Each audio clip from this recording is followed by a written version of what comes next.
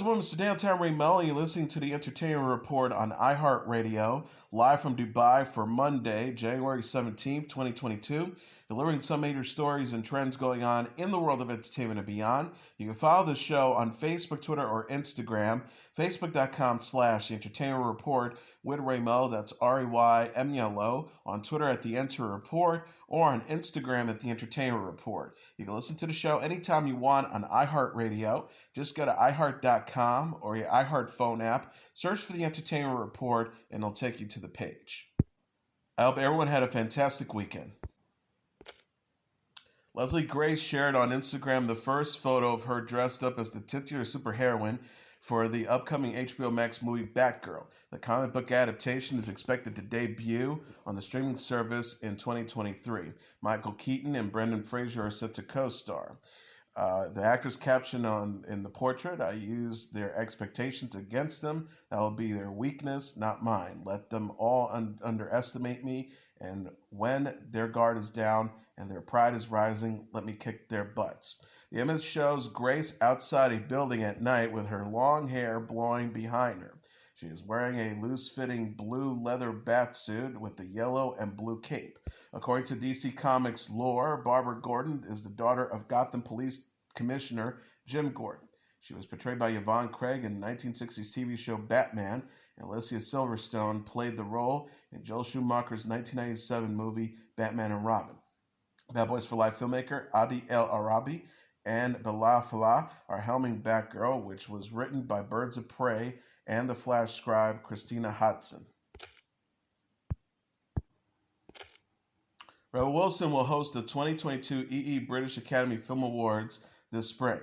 The British Academy of Film and Television Arts confirmed in a tweet Friday that Wilson will host the BAFTA Film Awards ceremony March 13th in London. The event will take place at the Royal Albert Hall and broadcast on BBC One and Player. Guests are expected to attend in person.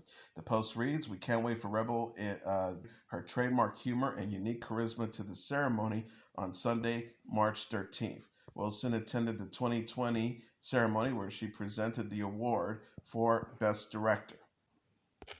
Saturday Night Live cast member James Austin Johnson played President Joe Biden in a cold open comedy sketch that saw the leader of the free world blame the recent surge in COVID-19 cases on people going to see Spider-Man No Way Home in cinemas.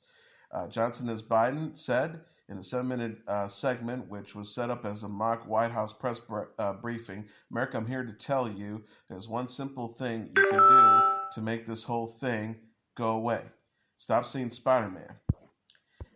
He also added, "Think about that. When did Spider-Man come out? December 17th. When did every single person get Omicron? The week after the 17th. Stop seeing Spider-Man. That's really I have to say." One in Korea's journal asked, "Did you really just blame the entire spread of Omicron on people seeing Spider-Man?" He responded by saying, "I did. Yes, next question." Further clarifying, he isn't trying to get people to stop going to see the movies altogether. He said, "I stopped seeing Spider-Man. See anything else." The superhero blockbuster has earned more than $1.5 billion at the global box office since its release. This weekend's edition of SNL was the first with the full cast and live audience since December.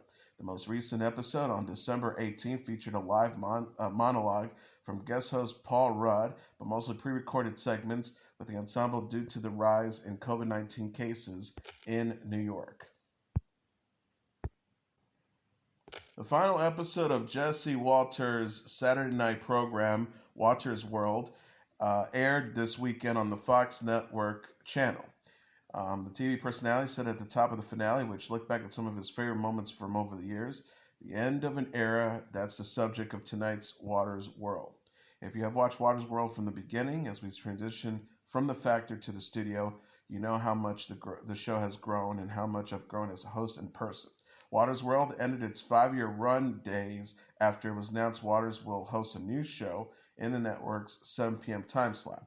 Jesse Waters' Prime Time is expected to debut on January 14th. Waters said on Saturday, "I'm really excited for the opportunity and extremely grateful to get this shot." Waters will also remain as a co-host of Fox's 5 p.m. program, The Five. A new 8 p.m. Saturday night program will be announced at a later date, the network said. Suzanne Scott, CEO of Fox News Media, said in a statement earlier this week, Jesse's versatility and hosting Acume has grown exponentially over the last 5 years, and he has developed a deep connection to the audience, brought two hit shows, The Five and Water's World. We look forward to watching him expand his connection even further through this new solo weeknight hour. Judge Janine Piraro was also recently named the permanent co-host of The Five, along with Waters, Greg Gilfeld, and Dana Perino. Harold Ford Jr., Geraldo Rivera, and Jessica Tarlow will rotate into the fifth seat on the show's panel. The final episode of Piro's Saturday night Fox program, Justice with Judge Janine, is set to air on January 22nd. She has been hosting since 2011. NBC has announced that it plans to air the special celebrating Betty White, America's Golden Girl, on January 31st. The program will be available to stream on Peacock the following day. The network said in a press release Friday, friends and stars will pay tribute to America's comedy sweetheart in this special. The hour will include clips from that best capture White's irreverent tone, spirit, and impeccable comedic timing that are all a hallmark of her decades-long career. The Emmy, Grammy, and Screen Actor Guild's award winner died December 31st at the age of 99. She is best known for her iconic roles on Hot in Cleveland, The Mary Tyler Moore Show, and The Golden Girls. She was also a tireless advocate for animals. Kelly Rizzo posted a lengthy, heartfelt statement about her late husband, comedian Bob Saget, on Instagram Saturday. The Full House and American Funniest Home Video icon was found dead in a Florida hotel room last Sunday. He was 65. The case has not been yet determined. Rizzo posted on Instagram, "My sweet husband, after much reflecting this week, I'm really trying to not think I was robbed of time, but instead to think how lucky I was that I got to be the one to marry the most incredible man on earth. I was the one who got to go on this crazy ride with him and be in his life these last 6 years. We had that time to make each other the happiest we've been and change each other's lives forever. I got to be the one to love him and cherish him. He preserved all the love, every ounce of it, because that's how amazing Bob was. He was love. If you were in his life, you knew he loved you. He never missed an opportunity to tell you. Most importantly, I have no regrets. We loved each other so damn much and told each other 500 times every day. Constantly, I know how much he loved me until the very last moment, and he knew the same. I'm so grateful for that. Not everyone got that Bob was a force. I'm sure every one of you out there, whether you knew him or not, was in awe of the enormous outpouring of love and tribute for this special man. It was like nothing anyone has ever seen." Rizzo went on to say that she was grateful for the kindness and support she has received, and she promises to continue trying to raise awareness and money for Saget's favorite cause, the Scleroderma Research Foundation. His sister died of the autoimmune disease many years ago. She concluded in her post, "I just want to make him proud, and to his girls, I will love you with all my heart, always, honey. I love you more than anything, forever." Funeral services were held Friday for Saget. His former Full House co-stars John Stamos and Dave Coulier, along with comedian Jeffrey Ross and singer John Mayer, served as pallbearers, according to usmagazine.com. Other attendees included Dave Chappelle, Candace Cameron Bure, Jodie Sweetin, Lori Loughlin, and Mary Kay and Ashley Olsen.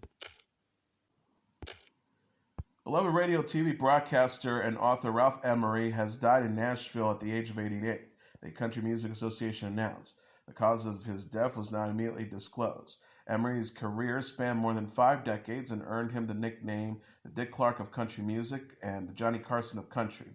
He hosted Nashville Now on the Nashville Network cable channel from 1983 to 1993, as well as local broadcasts. He was a 1989 inductee into the Country Music Disc Jockey Hall of Fame and a 2007 inductee into the Country Music Hall of Fame. Shara Terhan, the Country Music Association CEO, said in a statement Saturday, "Ralph Emery was often better known than the stars he introduced to a larger audience over the years as country music's foremost ambassador. Our format had no better voice over the years than Ralph, who created country music and its stars, many of whom went on to become his friend, with the kind of dignity and respect they deserve for decades. As a Country Music Hall of Famer, he will be remembered among many of the artists he supported throughout his career. On a personal note, I worked with Ralph for many years, and I always looked forward to his lively stories when we sat down for lunch. My thoughts are with his family today. Um, Kyle Young, the CEO of the Country Music Hall of Fame and Museum, said Ralph Emery's impact in expanding country music audience is incalculable. On radio and on television, he allowed fans to get to know the people behind the songs. Ralph was a more grand conversationalist than a calculated interviewer, and it was his conversations that revealed the humor and humanity of Tom T. Hall, Barbara Mandrell, Tex Ritter, Marty Robbins, and many more. Above all, he believed in music and the people who made it. Emery was 88. Okay, pop star Celine Dion announced Saturday she is canceling the remaining dates of the North American leg of her latest concert tour. Dion wrote on her website that she was suffering from severe and persistent muscle spasms, which were preventing her from taking the stage. She posted on Instagram, "I was really hoping that I'd be good to go by now, but I suppose I just have to be more patient and follow the regimen that my doctors have prescribed. There's a lot of organizing and preparation that goes into our shows, and so we have to make the decision today, which will affect the plans 2 months down the road. I'll be glad to get back to full health as well as all of us getting back past this pandemic, and I can't wait to be back on stage again. Meanwhile, I've been very touched by all the words of encouragement that everyone's been sending to me on social media. I feel your love and support, and it means the world to me." The soundtrack to the animated movie Encanto is the #1 album in the United States. Coming in #2 on the Billboard 200 charts dated Saturday is Adele's 30, followed by Morgan Wallen's Dangerous, the double album, Olivia Rodrigo's Sour #4, and Taylor Swift's Red, Taylor's version #5. Rounding up the top tier are Drake's Certified Lover Boy #6, Doja Cat's Planet Her at #7, The Weeknd's The Highlights at #8, Juice WRLD's Fighting Demons at #9, and Polo G's Hall of Fame at #10.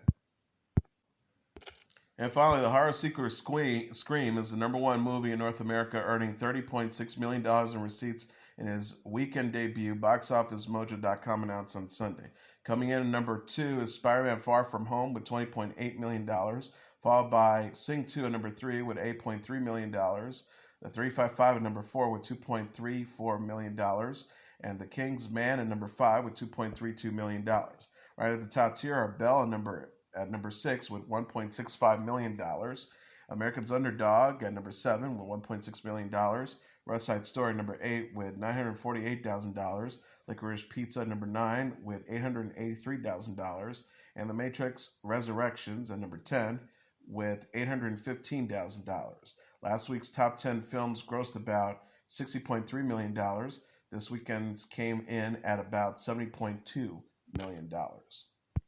And as your entertainment report for Monday, January 17th, 2022, I'm your host, Mr. Downtown Melo. I'll be back tomorrow to deliver some major stories and trends going on in the world of entertainment and beyond. You can follow the show on Facebook, Twitter, or Instagram, facebook.com/The Entertainment Report with Ray Melo. That's RAYMELO. On Twitter at The Enter Report, or on Instagram at The Entertainment Report. You can listen to this episode or any previous episodes of The Entertainment Report anytime you want on iHeartRadio. Just go to iHeart.com or your iHeart phone app, search for The Entertainment Report, and it'll take you to the page. Good night, and God bless you all.